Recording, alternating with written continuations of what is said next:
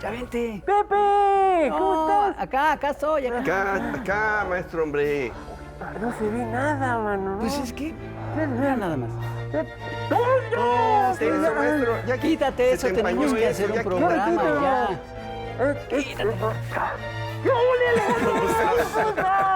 ¿Todo bien? Te estábamos esperando. Oye, pues es que yo no llego con esta cosa que dicen Pues no, que es buena mira. onda y que la fregada, ¿no? Llevamos una hora aquí platicando. No, Ya vamos a acabar sí, el ya programa. podemos ya ¿Qué llegamos. es? Perdón, pues es que no veo nada. A ver, permisite, ya estoy en sana distancia. Ah, su mecha, ahora sí. Pues te invitamos a Alejandro Encinas, subsecretario de Gobernación. ¡Qué buena onda! No, quiero saludarlos. Bienvenidísimo, mano. Al contrario, muchas gracias por la Bienvenido invitación. al Averno. Y buena suerte en esta temporada. Les Muchas ves muy gracias. bien. Eres nuestro padrino. Sí. Vamos, espero que tengamos buena estrella. Oye, hace 2 años estuviste con nosotros. Sí. Bueno, con ellos, porque yo estuve malito y no pude estar en ese programa. Pero estuviste en Chamuco TV unas semanas antes de que empezara el nuevo gobierno. Así es. Y decías que te había tocado la rifa del tigre. Pues sí, una de las tareas más difíciles porque nos toca lidiar con el dolor, porque prácticamente todos los temas vinculados con los derechos humanos en un país donde estamos viviendo, todavía no salimos de ella, una crisis humanitaria, una herencia gravísima en materia de violación a los derechos humanos, la huella más lacerante es el dolor que ha dejado toda historia de violencia en el país. Y tiene que ver con el dolor de las víctimas, el dolor por la desaparición, por el feminicidio, por la tortura, por muchos agravios que ha tenido la sociedad.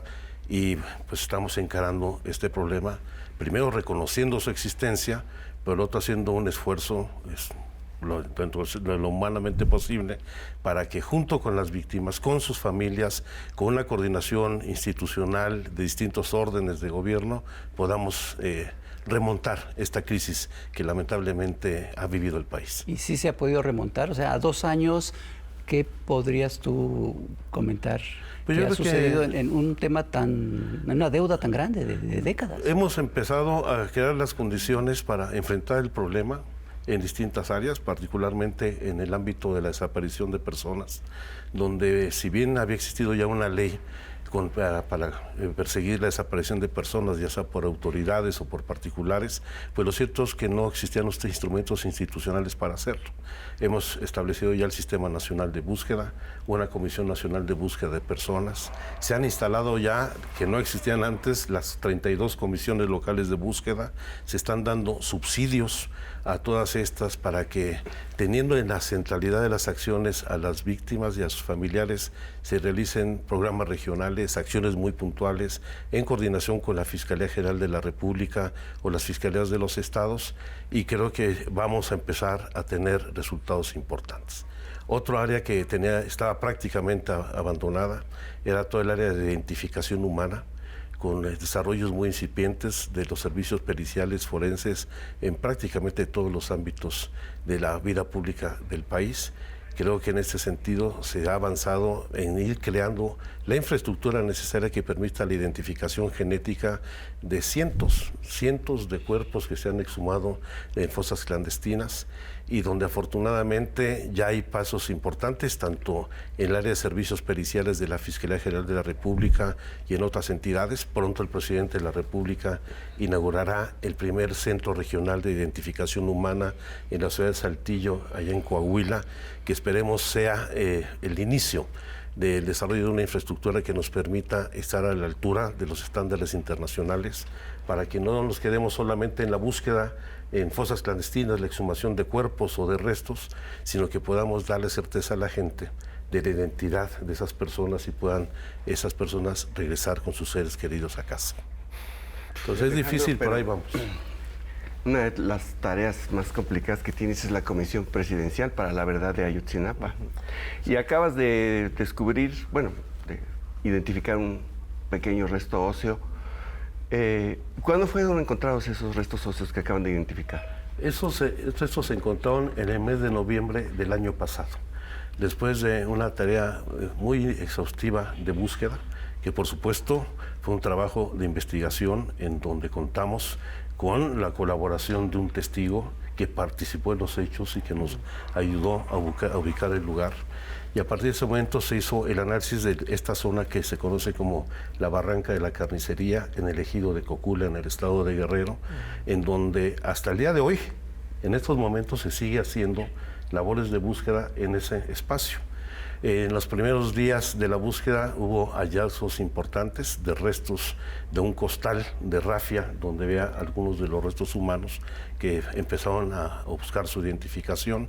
Se empezó a hacer en esta primera etapa todo el desmonte por parte de la Fiscalía General de la República. Hay que decir que esta es una diligencia judicial que realiza la Fiscalía Especializada para el caso de Ayotzinapa.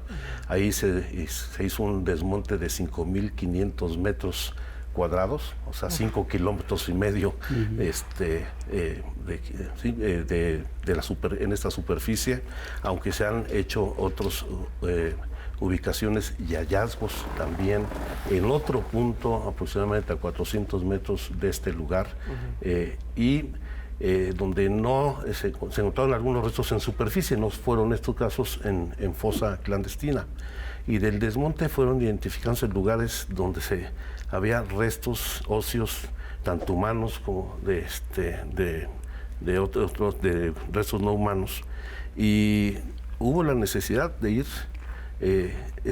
recogiendo pedazos, lamentablemente, de huesos que a través de la criba de la tierra permitió encontrar restos que pudieron permitir la identificación de uno de los muchachos. Es un trabajo que después de la búsqueda se llevaron a los servicios periciales, en donde trabajó el equipo argentino de antropología forense con la Fiscalía Especial para el caso de Ayotzinapa de la Fiscalía General. Una vez identificados los huesos que eran susceptibles de identificación, se enviaron a los laboratorios de la Universidad de Innsbruck, en donde, pues después de un proceso muy minucioso, los laboratorios de Innsbruck son los más especializados y calificados en el mundo de Austria, en estos momentos, allá en Austria, y pues obtuvo ya este resultado que nos ha permitido tener certeza, como lo dice el equipo argentino de antropología forense, en un 99.99% de la identidad de Cristian, en este caso en particular.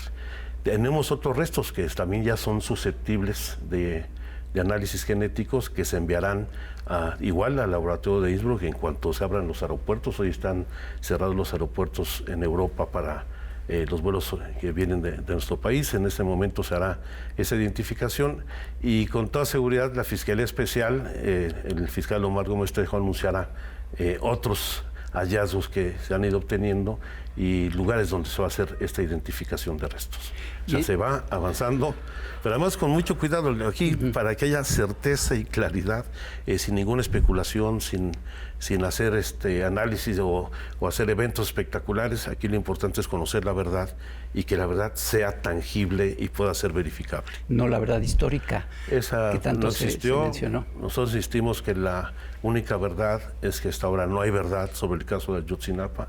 Nuestra tarea es conocer cuáles son los hechos que realmente sucedieron, conocer el paradero de los 43 estudiantes desaparecidos, y hasta que no tengamos esa certeza no habrá verdad y no habrá una nueva verdad histórica. No vamos a inventar absolutamente nada, sino vamos a reconstruir los hechos y vamos a tratar de que todos estén respaldados con evidencias reales y sostenidas. Oye, y este señor Tomás Cerón, que ni siquiera está detenido, se supone que está ubicado en Canadá, pero él, ¿crees que aporte algo o va a ir a dar con gastritis al hospital?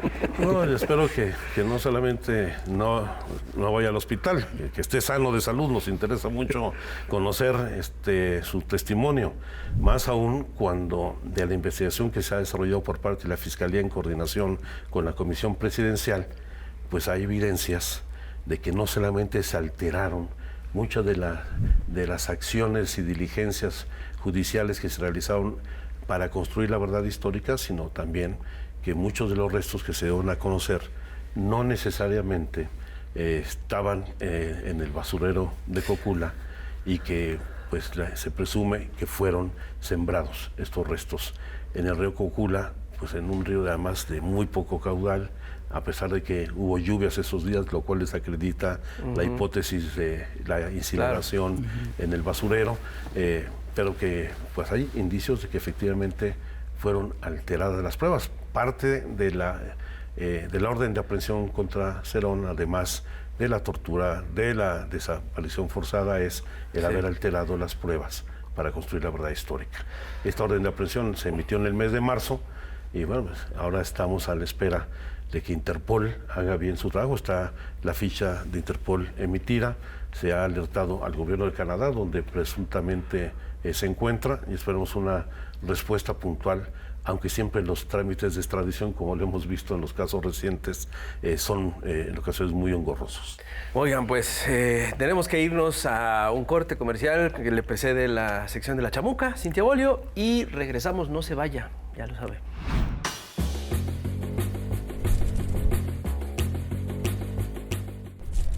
Querido electorado, hola de nuevo, con abrazo a la distancia, libre de COVID-19 y con una historia sobre injusticias. Acompáñame. Había una vez mujeres y niñas abortando en Veracruz. Razones para interrumpir su embarazo: pederastia, incesto, violación, pobreza, malformación del producto, peligro para la madre, falla del anticonceptivo, etc. Y he aquí que la derecha prianosáurica y jarocha decidió en 2016 criminalizar a las mujeres que abortaran para complacer a Duarte y a la Iglesia Católica. Se llevaron a bailar la bamba al Estado laico. Entonces, y tras 4 años de criminalización de las veracruzanas, se esperaba que la Suprema Corte de Justicia de la Nación despenalizara el aborto allá este 29 de julio pasado. Pero, como en película de terror, el fantasma prianosáurico y conservador saboteó derechos reproductivos de las mujeres, y con una ayudadita de 2 ministras esta vez. El voto de ellas habría hecho realidad el aborto legal, seguro y gratuito en Veracruz. Uf. Sin embargo, recordemos la resolución de la Suprema Corte sobre la norma oficial mexicana 046, que facilita el aborto en caso de violación. La norma oficial mexicana 046 dispone que para acceder a la interrupción del embarazo, basta con que la víctima lo solicite por escrito. Esta norma aplica en todos los hospitales públicos del país desde 2019. Ajá. Mala suerte para la derecha prianista y su santo gancho matador. Pues además la Ciudad de México y Oaxaca son oasis de la autonomía de las mujeres sobre su cuerpo y del respeto al Estado laico. Y nuestra 4T, ¿para cuándo la discusión en el Congreso tan bonito que votamos? La desaparición de los 43 estudiantes de Ayotzinapa no es un caso de universos paralelos. Universos paralelos.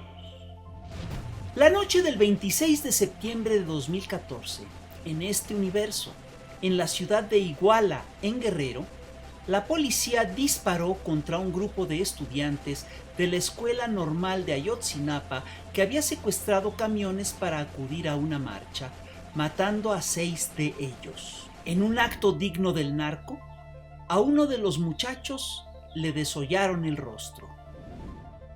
Poco después, la policía municipal arrestó a 43 normalistas más, los subió a sus patrullas y, después, los entregó al grupo narcocriminal Guerreros Unidos. No se sabe qué pasó con los muchachos. Desaparecieron. Pero desaparecieron en este universo. El hecho de que la policía haya detenido a 43 jóvenes disidentes y los haya entregado al crimen organizado no es un tema de física cuántica. Revela hasta qué punto México se había convertido en un narcoestado que practicaba formas de terrorismo. El presidente Enrique Peña Nieto, del PRI, reaccionó como un estadista experimentado. Se tomó las cosas con calma. Declaró que la desaparición de los 43 era un asunto local, menor, y se fue con su esposa de gira a China y Australia. Su gobierno se tardó 10 días en involucrarse en la búsqueda de los estudiantes y solo lo hizo cuando las protestas exigiendo la presentación con vida de los desaparecidos se volvieron masivas. Luego de más de un mes de búsqueda, el Procurador General de la República dio una conferencia de prensa en donde expuso que, según sus investigaciones, la verdad histórica era la siguiente. 1. La desaparición de los 43 normalistas había sido un asunto meramente local. 2. Que nunca, en ningún momento, habían intervenido fuerzas federales. 3. Que los estudiantes habían sido asesinados por criminales y sus cuerpos quemados en un basurero con madera, llantas y otras cosas del basurero. 4. Que nada indicaba que se tratara de un crimen de Estado. Cuando fue cuestionado, el procurador dijo que ya estaba cansado. Poco después de esta conferencia, un grupo de científicos demostró, con datos duros, que la incineración de los cuerpos que planteaba la versión oficial era imposible.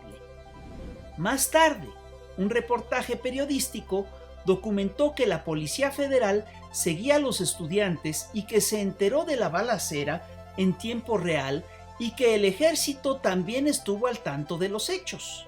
Hace poco se encontraron los restos de Cristian Alfonso Rodríguez, uno de los 43, a 800 metros del basurero. Esto solo puede significar dos cosas.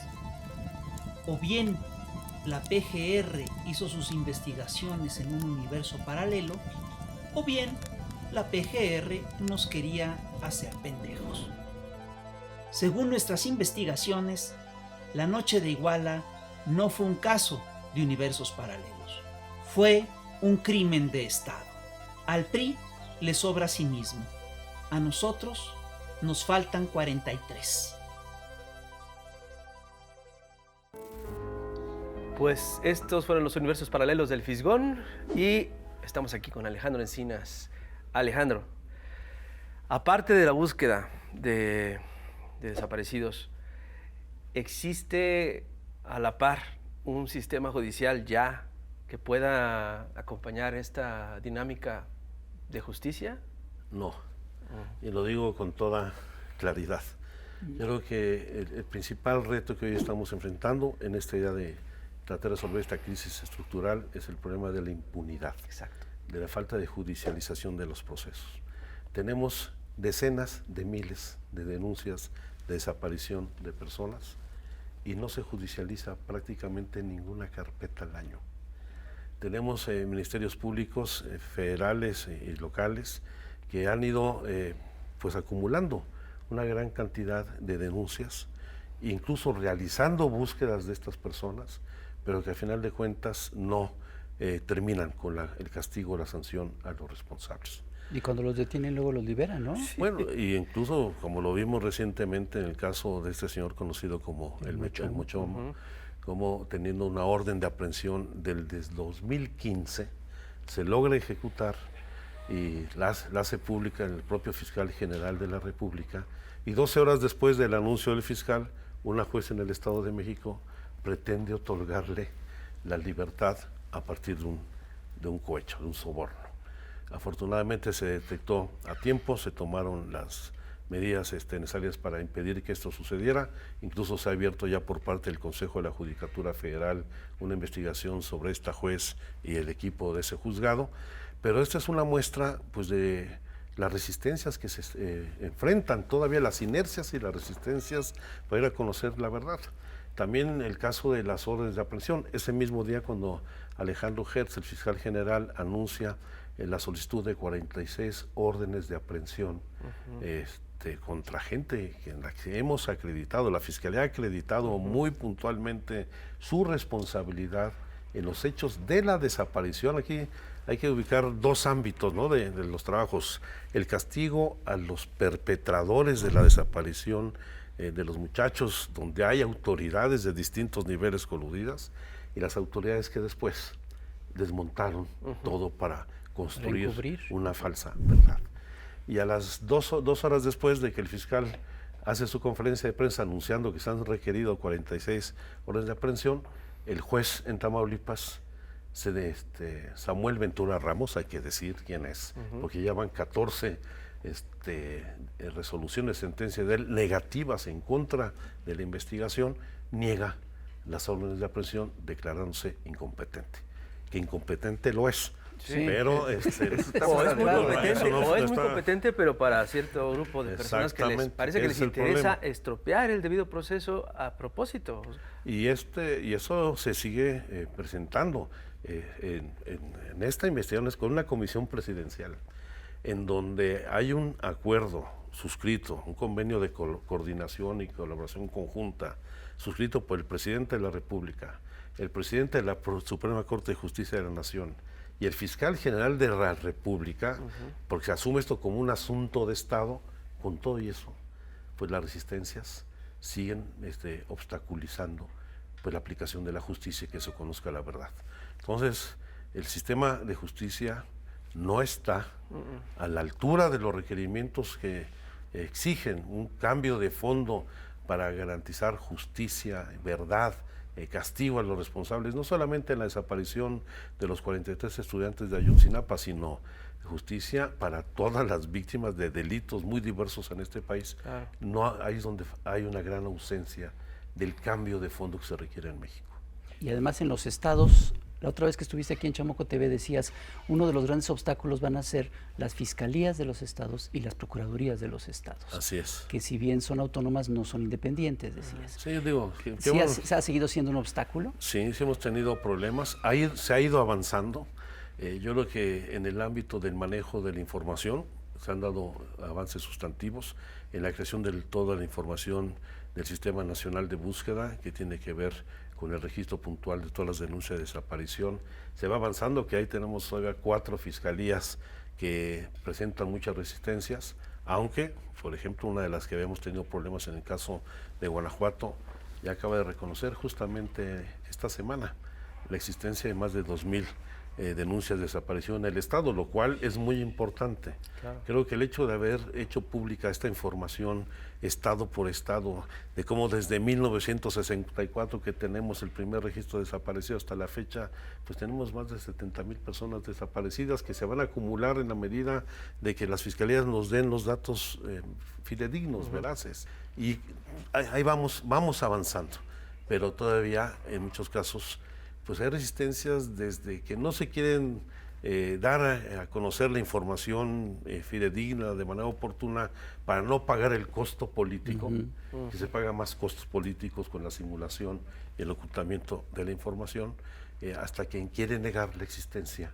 de estos problemas en sus estados. Alejandro, yo quiero regresar al tema de los 43, porque hay algo ahí que me obsesiona, que nunca me ha quedado claro, que nadie explica. A mí me parece ver ahí una especie de operativo en donde participan coordinadamente el crimen organizado y el Estado y las Fuerzas Armadas para atacar y desaparecer a estos 43 muchachos. Lo que me sorprende es la coordinación tan precisa entre grupos de narcos y sicarios, coordinados con marinos, Policía Federal, Ejército, Policía Estatal, Policía Municipal y hasta el Gobierno Federal y la Fiscalía, la Procuraduría General de la República para encubrirlo todo y disimularlo todo. Es una coordinación que ya quisiéramos ver que existiera en otro tipo de cosas, pero lo increíble para mí aquí es ver que en ese momento se coordinaron perfectamente crimen organizado, instituciones y Estado. ¿Lo ves tú así también? Porque estaban al tanto de lo que pasaba en el momento, en tiempo real. No, es que si ha habido un operativo perfectamente coordinado y realizado es ese, lamentablemente. Ojalá hubiera habido otros en otro Ojalá fueran sentido. así para combatirlo. Sí, no para, no para matar así 43 para perpetrarlo civiles. y encubrirlo. Sí, bueno, no es un asunto fortuito, ni es un asunto espontáneo de que en ese momento haya sucedido. Hay que ubicarnos en el contexto en que se da la actividad delictiva, el tráfico de drogas, el lavado de dinero, la forma de actuación de los grupos delictivos, en una zona estratégica para el trasiego de la droga en el estado de Guerrero y a nivel nacional. Y esto tiene que ver con una colusión efectivamente de grupos delictivos con agentes del Estado de distintos niveles durante muchos años. Porque, bueno, un ejemplo, el más visible y puntual es la forma en que está coludida la Policía Municipal en el caso de Iguala y otros municipios, Tepecuacuilco, Huitzuco, Cocula, con el grupo delictivo de Guerreros Unidos, donde ya desde tiempo antes el jefe de la policía pues lo ponía los grupos delictivos. Como dentro de la policía municipal había un grupo paramilitar conocido como los bélicos, el más violento de todos, quien es uno de los principales factores para la perpetración de la desaparición de los muchachos al servicio de Guerreros Unidos. De cómo hay relaciones de los grupos delictivos con elementos de las Fuerzas Armadas o de la Policía Federal Preventiva. Es más, en estos días se ha dado a conocer pues ya responsabilidades de policías federales en los hechos de Ayotzinapa, y en estos momentos ya se hizo público, no estoy haciendo ninguna infidencia, eso ya está en los medios, pues están deslindando las responsabilidades. Entonces, no es un hecho fortuito, es algo que durante muchos años, derivado de la actuación de los grupos delictivos, se ha ido configurando esta colusión perversa entre crimen, autoridad, corrupción, que es lo que permitió una acción tan concertada, porque todos estaban informados desde el momento en que los muchachos salen de allá, de Tixla, de la Normal, van a Chilpancingo, rompen lo que tradicionalmente eran las actividades de organización, incluso de tomas de camiones para venir a la marcha del 2 de octubre, porque rara vez se trasladaban a Iguala. Desde todo el trayecto de Chilpancingo a Iguala fueron monitoreados, eso lo reconocen las propias investigaciones, pero luego lo fueron minimizando, y se hace el seguimiento, como se ha venido haciendo la reconstrucción punto por punto del movimiento que tuvieron no solamente los muchachos, sino también las autoridades. Claro que ahí se busca hacer puntos negros en la investigación. Pongo un ejemplo, cómo se desaparecieron los videos que se tomaron desde el Palacio de Justicia, ahí donde uno de los camiones estuvo detenido debajo del puente, y donde dos de los muchachos que han sido identificados iban en ese camión, y llegan los videos a la Procuraduría General de la República borrados.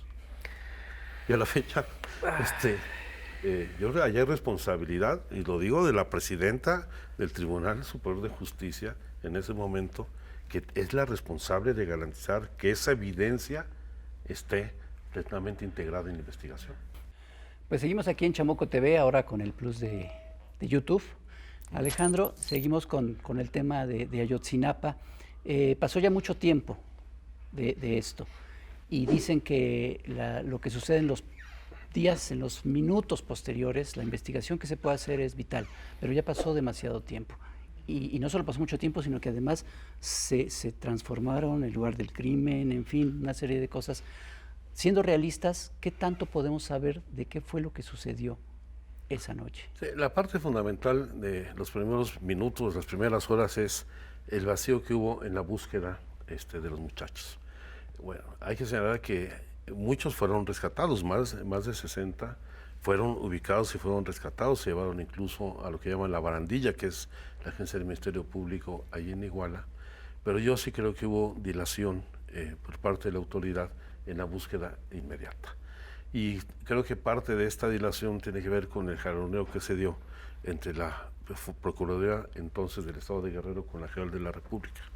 Hay que señalar que la Procuraduría del Estado de Guerrero, la Fiscalía del Estado de Guerrero, inició las investigaciones, y después hubo una atracción por parte de la Procuraduría General de la República, que no necesariamente retomó las investigaciones que había iniciado la Fiscalía del Estado, que incluso hace un hallazgo importante de cuerpos, cerca de 23, 24, en este pueblo viejo,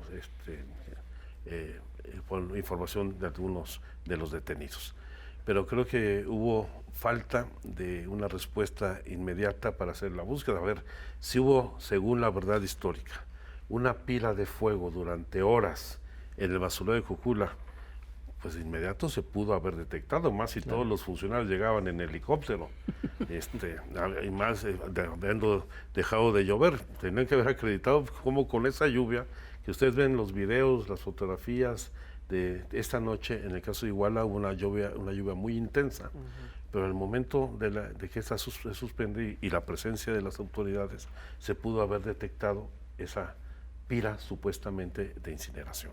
Entonces yo creo que ahí esa parte fue una de las grandes limitaciones del inicio de la investigación.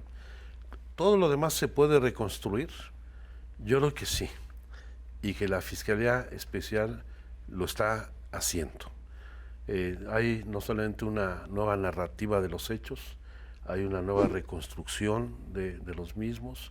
Se está contando no solamente con la colaboración de testigos presenciales, de los estudiantes sobrevivientes, hemos venido platicando con los muchachos que sobrevivieron a la tragedia, con los dirigentes de entonces de la escuela normal, con los propios sicarios, que algunos de los cuales están dando información, algunos incluso estando en libertad definitiva porque jueces les otorgaron libertad absolutoria a pesar de haberse acreditado puntualmente su responsabilidad en la desaparición de los muchachos.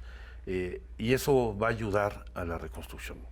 Claro, tenemos que hacerlo con mucho cuidado porque hay versiones en ocasiones contradictorias o hay versiones con parte de la verdad, hay intereses en todos estos testimonios, hay que hacerlo con mucha responsabilidad, pero estoy convencido de que se va avanzando en una ruta de reconstrucción muy responsable de los hechos y de lograrse las detenciones de las personas que hoy se han ubicado, de deslindar la responsabilidad de los que tomaron la decisión de la desaparición de los muchachos, nos va a permitir ir reconstruyendo los hechos y saber el paradero final de ellos. Por eso es muy importante la búsqueda, lo decía muy bien Omar Gómez Trejo, el fiscal especial, la búsqueda es esperanza, y haber encontrado estos restos y otros que se tienen que van a hacerse el mismo análisis, hay esperanza de que efectivamente podamos avanzar en conocer la verdad. Pero acabas de mencionar que la PGR le quitó el caso a la Fiscalía Local. Bueno, ahora es la Fiscalía General. Pero esa gente que estaba ahí en la PGR, que atrajeron el caso no para investigarlo, sino para alterarlo, para encubrir, para distorsionarlo todo, pues todavía hay esa gente que participó en eso, todavía está ahí en la Fiscalía, ¿no? Es decir, Sí. realmente la Fiscalía hoy en día es confiable para resolver el mismo caso que la misma Fiscalía destruyó y ensució hace unos años. Yo creo que en el caso del equipo que está haciendo la investigación del caso Ayotzinapa, sí hay una renovación total, pero también hay que señalar que no en todas las áreas, yo con todo respeto le digo al señor fiscal, se ha hecho esa renovación y por supuesto mucha de la gente que de manera directa o indirecta participó en los trabajos de la verdad histórica, algunos siguen dentro de la propia Fiscalía General de la República. Sin embargo, pues hay que tener pues el cuidado para que quien esté interviniendo directamente pues no arrastre pues toda la carga negativa que ello implicó, aunque hay que estar atentos, voy a poner un ejemplo, para evitar que de gente dentro salga filtración de información, Eso es otro que tema. aliente de nueva cuenta el pacto de silencio y la impunidad. Exacto. Porque la filtración de información no necesariamente ayuda al desarrollo de las investigaciones. Estas filtraciones ponen sobre aviso a las personas que están siendo investigadas, ponen sobre aviso a las personas que pueden ser detenidas por su relación o responsabilidad en los hechos y lleva también a que se pierda credibilidad en los trabajos que se están desarrollando. Exacto. Ahí, ya lo he dicho también en otras ocasiones, ojo, tenemos que tener mucho cuidado y pues hacer el seguimiento de aquellas personas que sigan en la Fiscalía y tengan responsabilidad, también fiscales responsabilidad legal sobre los hechos que hayan incurrido. Alejandro, y el ejército, mucho se dijo en ese momento que el ejército estaba muy involucrado, Sí. que incluso no permitía, ¿no?, la entrada Al cuartel. al cuartel y tal, Y bueno, ahora el jefe máximo de las Fuerzas Armadas, pues tendría que estar totalmente abierto. Está. Y no solo está abierto, hay una instrucción del presidente expresamente a las Fuerzas Armadas para que no solamente se brinde toda la información que se requiera, sino que coadyuve en las tareas de búsqueda. ¿Y cuál ha sido yo creo que ha habido respuesta? una muy buena respuesta, tanto del general secretario como de su Estado Mayor, el Estado Mayor de la Defensa Nacional. Creo que hay así indicios muy positivos en cómo hemos venido avanzando. Hay que recordar que los papás y mamás de la Comisión Presidencial se reunieron con el general secretario y con todos los miembros del Estado Mayor de la Defensa Nacional, incluido las áreas de inteligencia. Fue una reunión donde se dijeron las cosas como tienen que decirse, con toda claridad y sin ninguna restricción. Posteriormente abrieron las puertas del 27 Batallón de Infantería en Iguala, donde los papás y los mamás, junto con sus asesores, los abogados y organizaciones que los han acompañado de un inicio, recorrieron todas las instalaciones, se debatió con los mandos del batallón, nos han ayudado también en la entrega de toda la información que se ha requerido, hasta de manera particular de cada uno de los elementos integrantes del batallón que estaban en activo en esas fechas. No puedo decir todas las cosas que nos han dado, pero han ayudado en las tareas de búsqueda, nos han ayudado en labores de inteligencia. Pues alguien conoce cómo se mueven los grupos delictivos en esta región de Guerrero, sin lugar a dudas es la Defensa Nacional, Claro. que es quien tiene, pues desde los inicios de las guerras, de las batallas contra el tráfico de drogas, pues son los quienes han estado establecidos justamente en esta zona de Iguala, y eso ha sido de mucha utilidad. Vendrá el momento de deslindar responsabilidades, y como lo ha dicho el presidente, si hay responsabilidades de elementos de las Fuerzas Armadas, estos serán castigados. Pero aquí hay un punto muy importante, porque lo que estábamos mencionando hace rato es que había una perfecta coordinación entre Fuerzas Armadas, incluso la Marina, el Ejército y las policías, con los grupos criminales de ahí. Entonces, pero si ahora están cooperando con el nuevo gobierno en esta investigación, uno asumiría o supondría que esa coordinación con los grupos criminales ya no existe, o sí existe, pero no tanto, Bueno, ¿o no qué? puedo afirmarlo, pero es un problema estructural, es un asunto que hay que ir a fondo. Pero, ¿cómo decirlo? Para decir lo contrario, si se está investigando elementos del ejército, sí, no voy a decir más, y en caso de que haya responsabilidad, serán castigados. Hay que decirlo claramente, para que no le demos vueltas al asunto. Ok, Sí, perdón por o las sea, no vueltas. puedo decir más. Sí, el rollo de la cadena de mando. Fuiste Así muy es. puntual con el asunto, ¿no?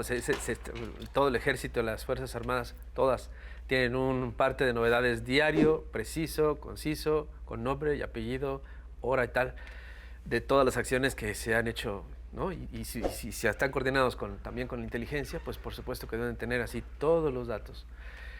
Pues a mí me parece sobresaliente, como bien dice Toño. O sea, si hubo una evidente coordinación, pues sí, se van a tener que deslindar responsabilidades fuertes Sin lugar a por la dudas. cadena de mando. Esa es la instrucción que tenemos, el mandato del presidente, pero es la convicción del presidente. Y ha habido muy buena respuesta de los mandos militares y de la Marina. Eso hay que decirlo. Ahora, son dos investigaciones, ¿no?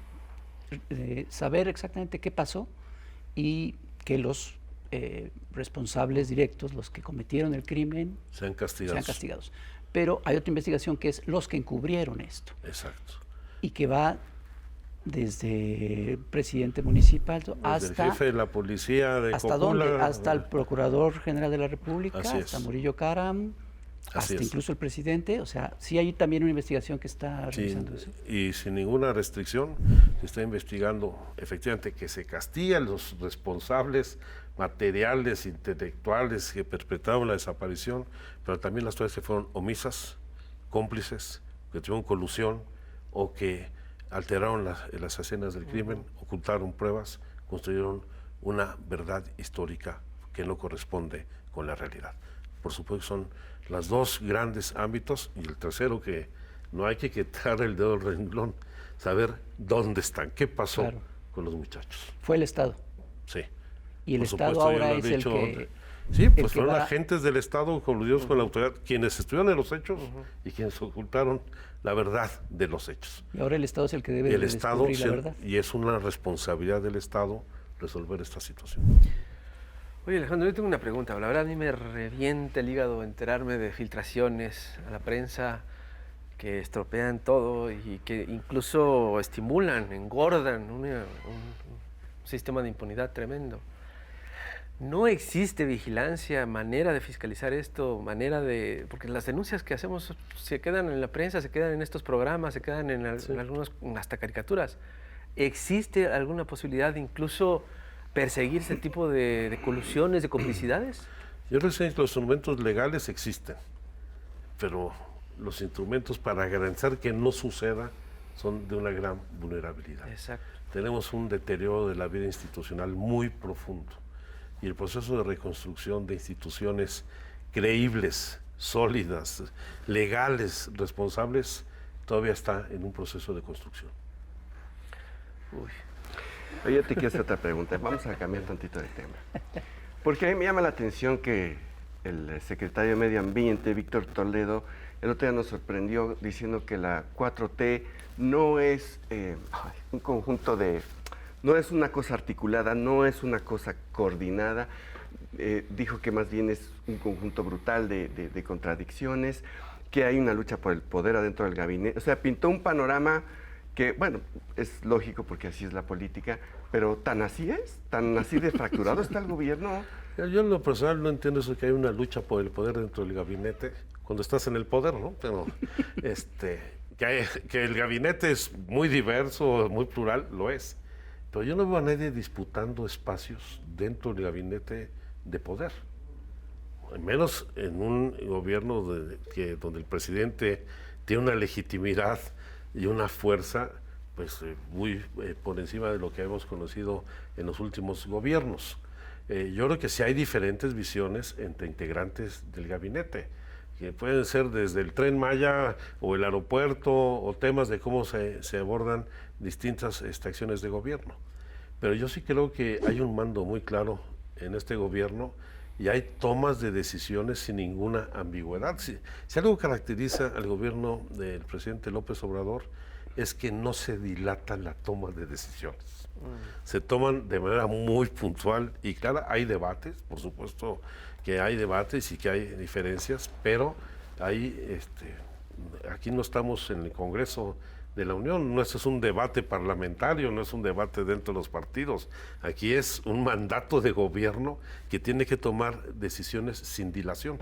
Y a veces, pues, algunos funcionarios no necesariamente las comparten, pero no se puede dar este gobierno, no se puede dar el lujo de, por andar haciendo debates, seminarios, encuentros, etcétera, no tome las decisiones que requieren los cambios del país. Pero, por ejemplo, tú encabezas la comisión para la verdad de Ayotzinapa. Es una comisión presidencial, te nombró el presidente, y tienes una instrucción muy precisa. Pero, ¿has encontrado resistencia y obstáculos? En este caso, no.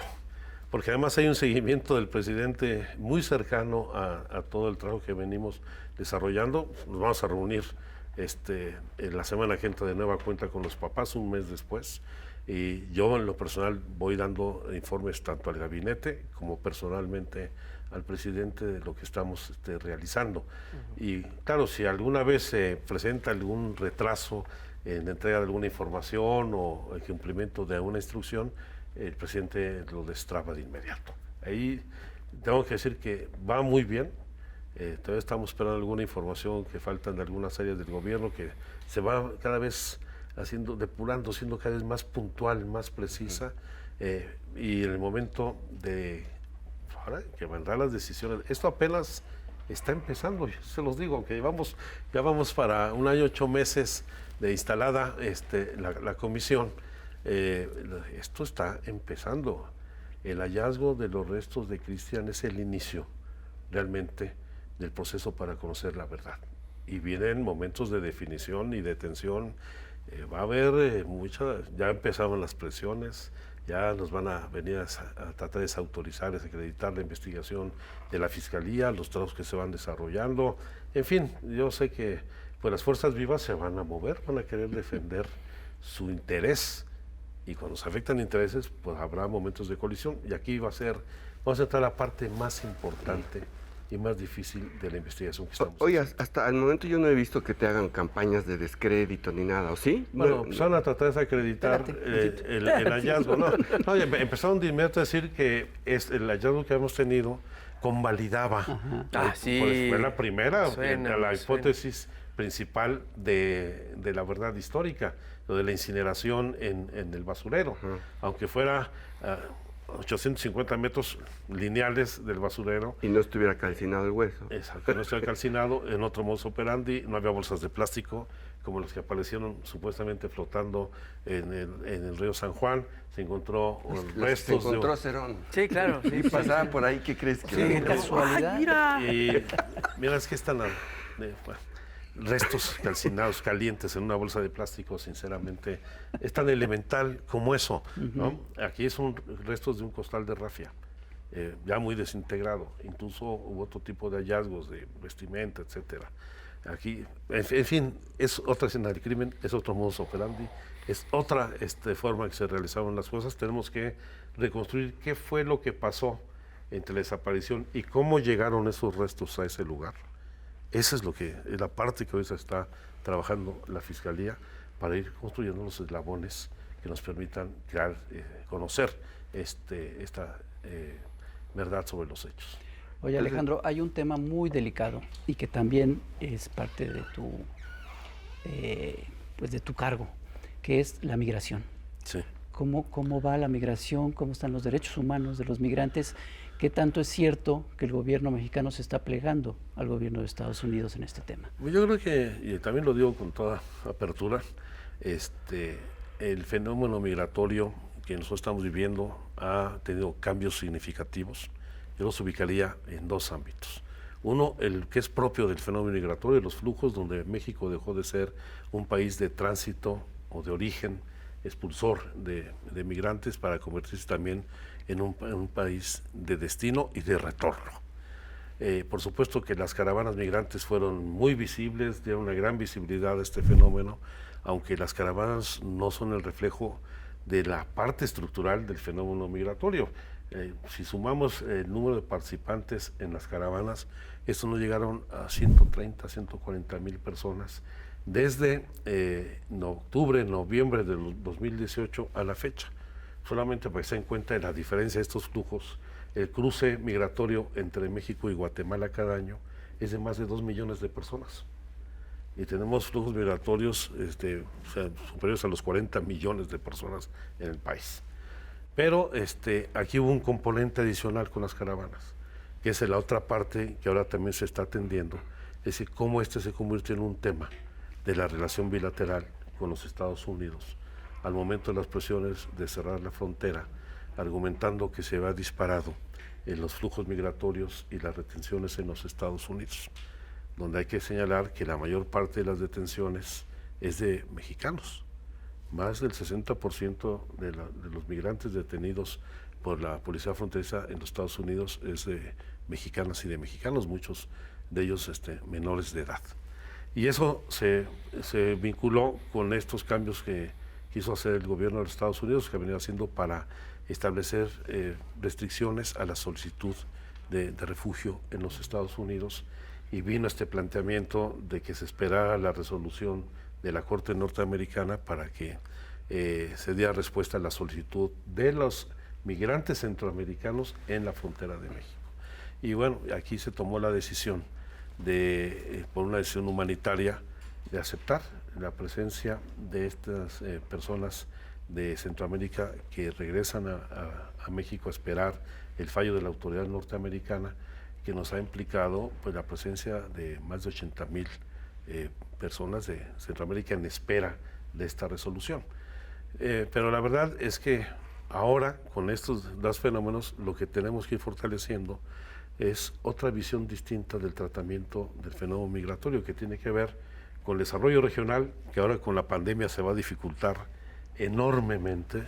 No se están cerradas fronteras, sino que el impacto económico en la región es devastador, y seguramente esto traerá mayores flujos migratorios a nuestro país, y el otro va a ser el que nuestro país va a tener que asimilar a muchos de estos migrantes en nuestro territorio. Es decir, así como es el desarrollo, el de la integración de estas personas a nuestro país. México tiene mucha capacidad para recibir a gente de otros países. Nosotros tenemos poco más de 1 millón de migrantes residiendo en el país. Y la inmensa mayoría de estos migrantes, si mal no recuerdo, más del 60%, son estadounidenses y canadienses. Ah, caramba. O sea, no son, es que todo el mundo cree que es gente de Honduras, de Guatemala, no sé. La mayor parte de los migrantes residentes en el país provienen de los Estados Unidos. Bueno, pero va a venir este fenómeno donde ya tenemos ahorita alrededor de 350,000 personas a través de distintos mecanismos migratorios residiendo en México, ya sea por solicitud de refugio, más de 80,000 solicitudes de refugio tenemos, ya sea por visa humanitaria, que se ha venido otorgando visas humanitarias, permisos de trabajo temporal, la visa de visitante regional, suman en total más de 350,000 personas. Y esa idea de que todos eran deportados, pues no, tenemos 350,000 personas en este periodo de la llegada de nuestro gobierno a la fecha que están integrándose a la vida productiva de nuestro país. ¿El rey de España no se va a venir para acá? Pues al menos que haya una propiedad interesante O que se en la que traiga tenga algo de interés, lana. se traiga para acá. Oye, Alejandro, ya que se toca el tema de la migración, ahí hay otro tema, otro punto de colusión perfecta entre crimen e instituciones. Porque lo que quedó claro después de los sexenios de Calderón y Peña Nieto es que el Instituto Nacional de Migración era un brazo de los Zetas. Particularmente Es decir, en que Veracruz y Tamaulipas. ajá, fue y participó en unas cosas atroces. Sí. O sea, que ustedes heredaron ese instituto completamente infiltrado. Ha habido una depuración muy importante de los agentes migratorios, de los mecanismos a partir de los cuales se analiza o se otorga la distinta categoría migratoria. La próxima semana vamos a anunciar ya toda una nueva modalidad, particularmente en el Instituto de Migración en la Ciudad de México, para evitar la corrupción. Pero la parte fundamental, que es la migración vinculada con la trata y el tráfico de personas, es la que más está ocupando la atención del gobierno. Se han venido desmantelando bandas de tráfico y de trata muy importantes, se ha venido depurando a los agentes migratorios, se está fortaleciendo más el trabajo de los grupos betas, que son los que tienen el trato humanitario con los migrantes. Se están dignificando las estaciones migratorias, que seguirán siendo centros donde se retienen a las personas, pero eso es una disposición en la ley que se tiene que cumplir de manera muy puntual. Pero creo que el indicador más importante de cómo han venido cambiando las cosas es que ya no tenemos las desapariciones masivas de migrantes que se tuvieron de manera regular durante años en México. Tuvimos primero algunas denuncias de desaparición de migrantes en los primeros meses del actual gobierno, de la misma manera en los límites entre Nuevo León y Tamaulipas, en esta frontera que sigue siendo la más conflictiva para los migrantes en nuestro país, pero ya no tenemos estas denuncias, afortunadamente, aunque el fenómeno, hay que decirlo, no se ha erradicado, el fenómeno de la desaparición persiste en nuestro país. Oye, yo tengo una pregunta más personal, si me permites. Sí, con mucho gusto. Tú has sido militante de izquierda toda tu vida Así es. y peleando por una izquierda, y ahora eres parte de un gobierno, del primer gobierno de izquierda en México. ¿No te has vuelto justo en aquello contra lo que peleaste? Ahora que estás parte del gobierno, ¿no sientes? ¿Qué se siente ser ahora parte del gobierno? Soy Esas son las mismas tonterías que te dicen en Twitter. Pues sí, por eso quiero saber. Ve cómo me he visto, yo soy así que moda, primavera, invierno y esas cosas. Nadie le pregunta en el sentido de qué se siente estar en el gobierno federal. Alguna vez hace mucho Sí. Platicamos que tú querías ser parte del primer gobierno Así es. de izquierda de Así este es. país. Y parecía algo muy lejano en ese momento, parecía algo que fue muy cercano en el 2006 y que después parecía que era algo que no se iba a poder No, yo volver a hacer. lo veo No como se va a una lograr. enorme responsabilidad y también como la posibilidad de hacer efectivo las causas por las que nosotros luchamos. y en el área de derechos humanos, pues con mayor razón. Una de las luchas fundamentales de la izquierda en nuestro país fueron la lucha por las libertades políticas y el respeto a los derechos humanos. O sea, aquí estoy ante la oportunidad de hacer realidad muchas de las causas por las que luchamos durante décadas, pues ya por lo menos 4 décadas en nuestro país. ¿Y qué posibilidades hay de que se logre? Yo creo que vamos a lograr cambios importantes. Por lo pronto no va a haber ni simulación, ni demagogia, ni corrupción, ni enriquecimiento en lo que a mí me corresponde, ni mentira. Eso, llegar a estas alturas del campeonato, francamente no vamos a perder el perfil o la línea por la que hemos luchado toda la vida.